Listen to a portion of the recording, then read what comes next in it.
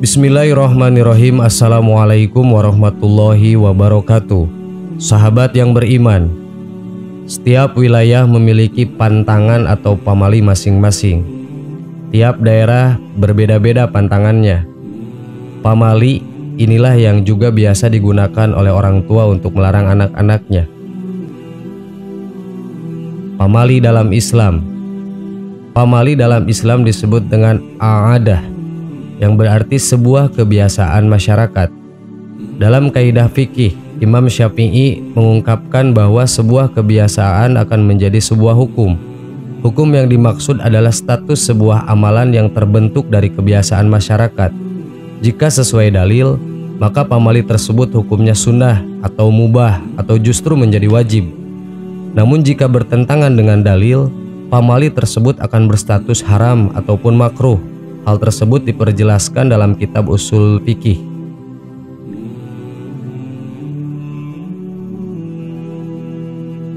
Pantangan keluar waktu maghrib. Para orang tua sering melarang anaknya keluar saat maghrib.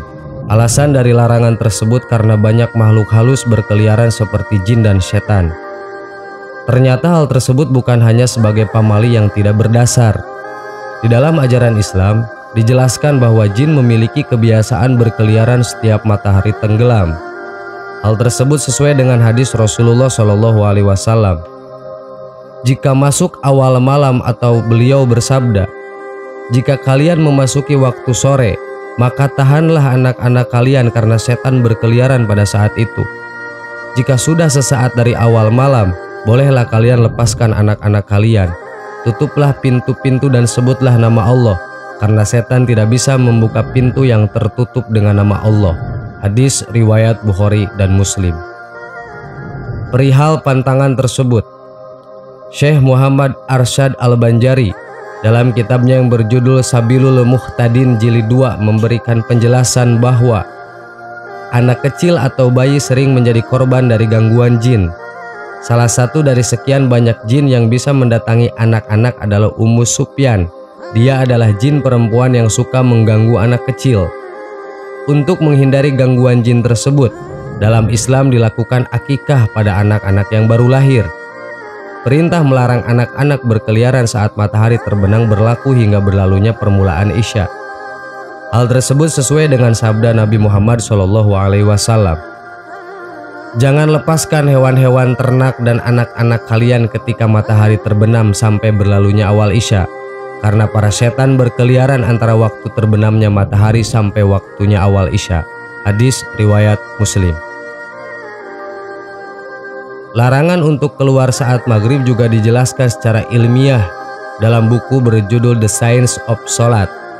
Dijelaskan pada saat maghrib, spektrum warna alam berubah menjadi warna kemerahan. Cahaya tersebut berupa gelombang elektromagnetik yang setiap warnanya berbeda energi, frekuensi, dan panjang gelombang. Spektrum yang berwarna kemerahan sama dengan frekuensi jin dan iblis. Mereka akan bertambah kuat karena gelombangnya sama dengan alam. Selain itu, adanya tumbang tindih gelombang membuat penglihatan kurang tajam. Oleh karena itu, berkendaraan juga tidak dianjurkan saat maghrib. Pamali duduk di pintu rumah. Duduk di samping, di depan, atau di tengah pintu adalah semua pamali yang sering kita dengar. Jika dilakukan lambat laun rezeki akan berkurang. Ternyata pamali ini berkaitan dengan tamu. Pasalnya tamu akan leluasa datang jika tidak ada penghalang di dekat pintu. Saat pemilik rumah duduk di depan pintu, tamu akan segan dan malu untuk masuk ke rumah. Padahal tamu adalah salah satu jalan datangnya rezeki. Oleh karena itu Rasulullah menyerukan umatnya untuk memuliakan tamu. Hal tersebut sesuai dengan sabda Rasulullah SAW dari Abu Hurairah radhiyallahu an. Sesungguhnya Rasulullah SAW telah bersabda, "Barang siapa yang beriman kepada Allah dan hari akhirat, maka hendaknya ia berkata baik atau diam. Barang siapa yang beriman kepada Allah dan hari akhirat, maka hendaklah ia memuliakan tetangga. Dan barang siapa yang beriman kepada Allah dan hari akhirat, maka hendaklah ia memuliakan tamunya." Hadis riwayat Muslim. Sahabat yang beriman, semoga menjadi tambahan ilmu buat kita semua. Wallahu a'lam. Wassalamualaikum warahmatullahi wabarakatuh.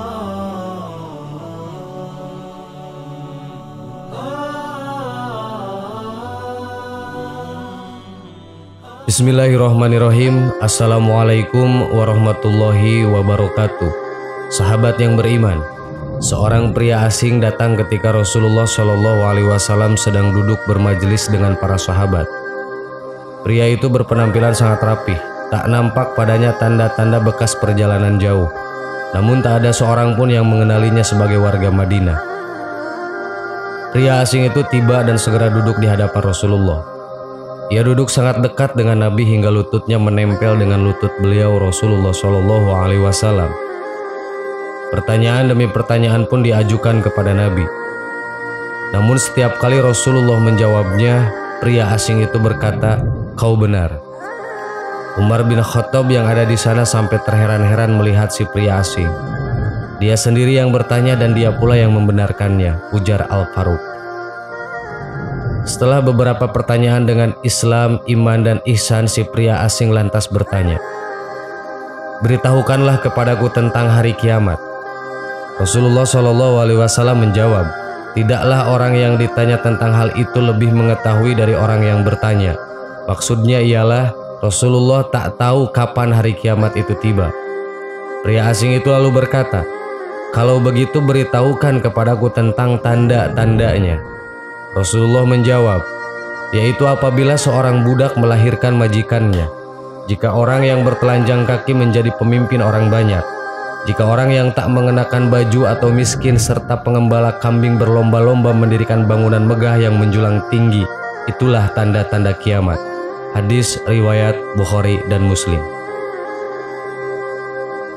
Singkat cerita, pria asing itu lalu pergi. Kemudian Rasulullah memberitahukan kepada para sahabat beliau bahwa pria tersebut adalah malaikat Jibril yang menjelma menjadi manusia. Kisah tadi disyarikan dari hadis kedua Arba'in An-Nawawiyah dan diriwayatkan oleh Al-Bukhari dan Muslim. Banyak pelajaran yang didapat dari peristiwa tersebut. Salah satunya yakni tentang salah satu tanda hari kiamat adalah ketika budak wanita melahirkan tuannya. Ibnu Hajar menyampaikan bahwa ada 4 pendapat tentang makna budak wanita melahirkan tuannya. Salah satu pendapat tersebut yakni tentang anak-anak yang durhaka kepada orang tua, terutama ibunya. Inilah pendapat yang kuat menurut Ibnu Hajar. Seorang ibu seakan-akan diperbudak oleh anaknya sendiri.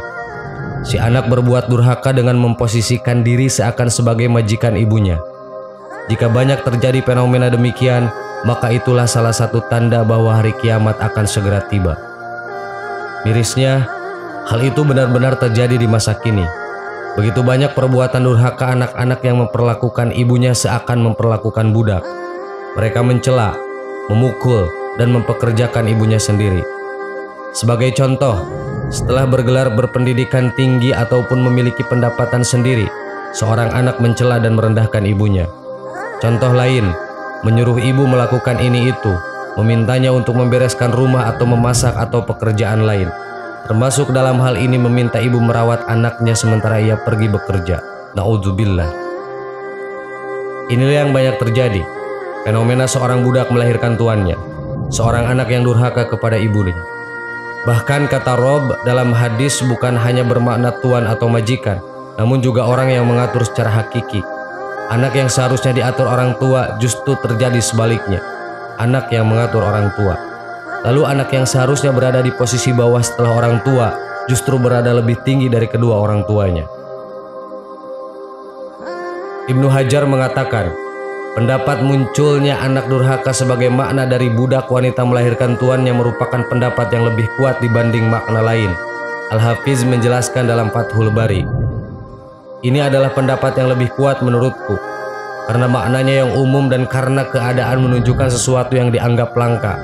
Di sisi lain menunjukkan rusaknya keadaan dan mengandung isyarat sesungguhnya hari kiamat sudah dekat ketika segala urusan terjadi dengan terbalik, di mana seorang pengatur menjadi yang diatur, orang yang di bawah menjadi di atas, dan hal ini sesuai dengan sabda beliau tentang tanda yang lainnya bahwa seseorang yang berjalan tanpa alas kaki menjadi raja-raja di bumi. Sahabat yang beriman, jelaslah bahwasannya ketika dunia sudah terbalik, ketika anak yang menghormati justru tidak dihormati, Ketika orang tua yang seharusnya diagungkan layaknya raja justru menjadi pembantu, maka bersiaplah. Bersiaplah karena hari kiamat itu akan segera tiba. Allahu a'lam. Wassalamualaikum warahmatullahi wabarakatuh.